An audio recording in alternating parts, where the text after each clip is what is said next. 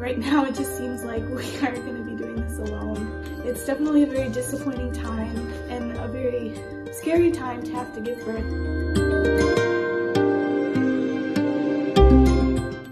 Hi, I'm Alexis. I'm living in the Chicagoland area and I am almost 37 weeks pregnant, and the coronavirus outbreak is definitely changing how I expected to have, give birth and to welcome our daughter into this world. My family, everybody in my family is either a first responder or a healthcare worker, so it just is pretty dangerous for me to see anyone because they're going out all the time and interacting with people that are sick all the time. My husband actually goes out to work as well.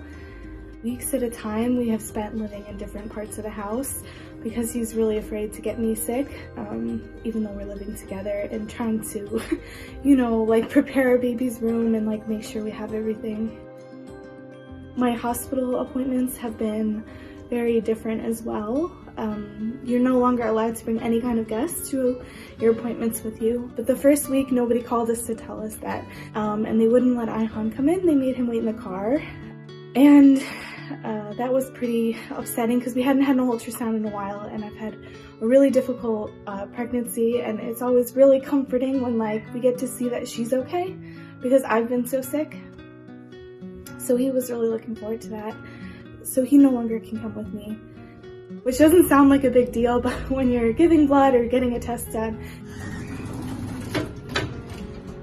it's totally empty here. And I did find out at my most recent appointment that we will have to give birth with masks on as well, to try to breathe and you have a mask on your face. I found it a little difficult because I do tend to faint, which is causing a lot of anxiety right now.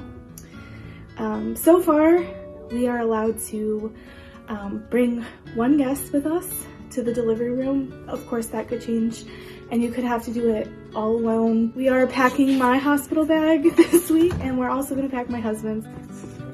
If he forgets anything, he won't be able to re-enter. Here we go.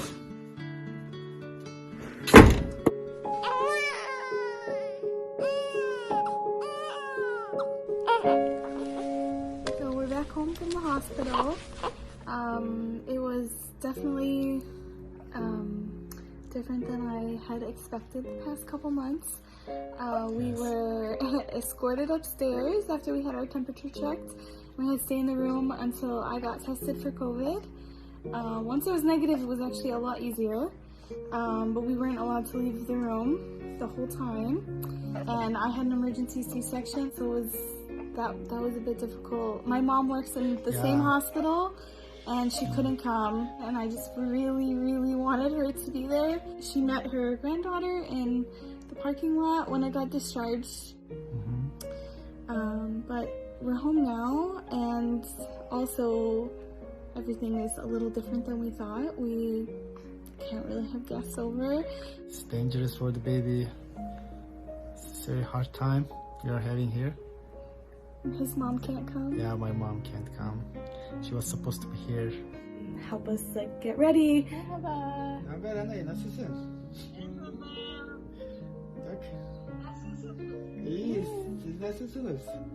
Bak. On top of all the fears in general of just being sick and the impacts that can have on the baby, there's just so many restrictions on life that's making this not the time we thought we would have. And there's so many little moments, just little milestones you look forward to. For both of our parents, this is their first grandchild, so we were really looking forward to everyone being able to meet the baby and it being kind of a fun celebratory moment when we bring her home. But so there's just a lot of things that we are accustomed to in getting ready for a baby that we just can't have anymore. But hopefully this clears up soon, and this summer we can kind of proceed and introduce her to our family.